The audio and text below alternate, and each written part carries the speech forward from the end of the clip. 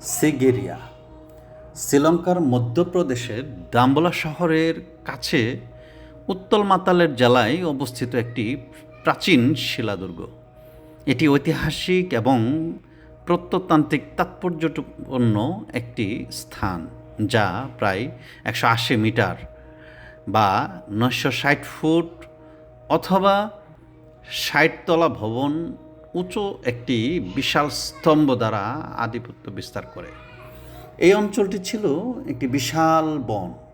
তারপর ঝড় এবং ভূমিধসে এটি একটি পাহাড়ে পরিণত হয় এবং রাজা কেশব 477 থেকে 495 খ্রিস্টাব্দ পর্যন্ত যারা রাজত্ব ছিল, তিনি এই জায়গাটিকে রাজধানী হিসেবে বেছে নেন।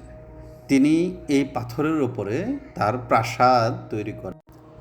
সিগেরিয়া আজ ইউনেস্কো তালিকাভুক্ত বিশ্ব ঐতিহ্যবাহী স্থান। এটি প্রাচীন নগর পরিকল্পনার সেরা সংরক্ষিত উদাহরণগুলোর মধ্যে একটি।